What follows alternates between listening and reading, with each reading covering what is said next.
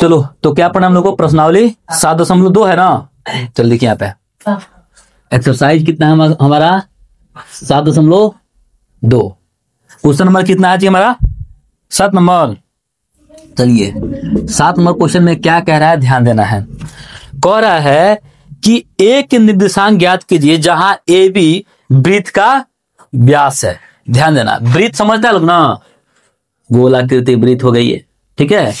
और देखो A B जो है ये वृत्त का क्या है, व्यास, ठीक है। और आगे क्या दिया है देख लेते हैं, ठीक ना। कहा गया सदमा, हाँ ए बी वृत्त का व्यास है जिसका केंद्र माने तो मध्य बिंदु, इसका केंद्र माने कुछ होता है बीच वाला भाग। और ध्यान देना एक बात याद रखना, मैंने वृत्त का केंद्र जो होता है ना वो व्यास के आधा होता है, दोनों तरफ क्या होता है, बराबर होता है, ठीक ना। माने इधर से ये त्रिज्या हो जाता है, इधर से ये त्रिज्या होता है, त्रिज्या क्या होता है वृत्त में, बराबर होता है, ठीक है। तो वृत्त का जो केंद्र है कितना दिया है, 2 और -3 दिया है। क्या दिया है, 2 और -3 दिया है। वृत्त के केंद्र को हम लोग मान लेते हैं O, ठीक है। और देखो क्या है, और B का निर्देशांक कितना है, 1 और 4 है। कितना है, 1 और 4 है, ठीक है। यहां तक कोई दिक्कत नहीं है। अब करा इसीलिए तुमको A का निर्देशांक ज्ञात करना है। तो देखो 2 तरीका है, एकदम आसान तरीका है, ठीक ना। एक है तो इसको टफ तरीका से बनाओ, क्योंकि देखो कह रहा है वृत्त का केंद्र है यानी कि 1:1 में बांटा होगा, दोनों तरफ क्या होगा, बराबर होगा।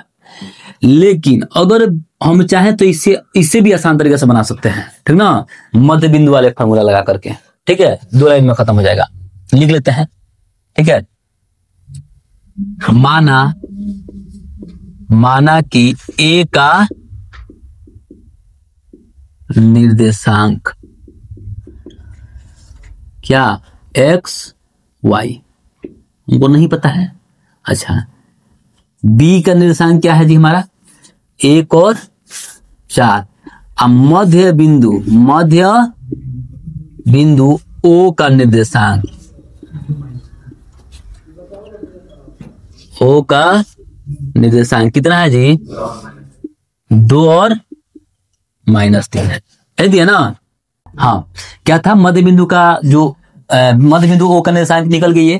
तो मध्य बिंदु का फॉर्मूला क्या होता है बुआ, क्या होता है, x बराबर क्या होता है बुआ, x बराबर x1 + x2 बटा 2, ये ना होता है मध्य बिंदु में। x का फॉर्मूला हो गया x2, ठीक है।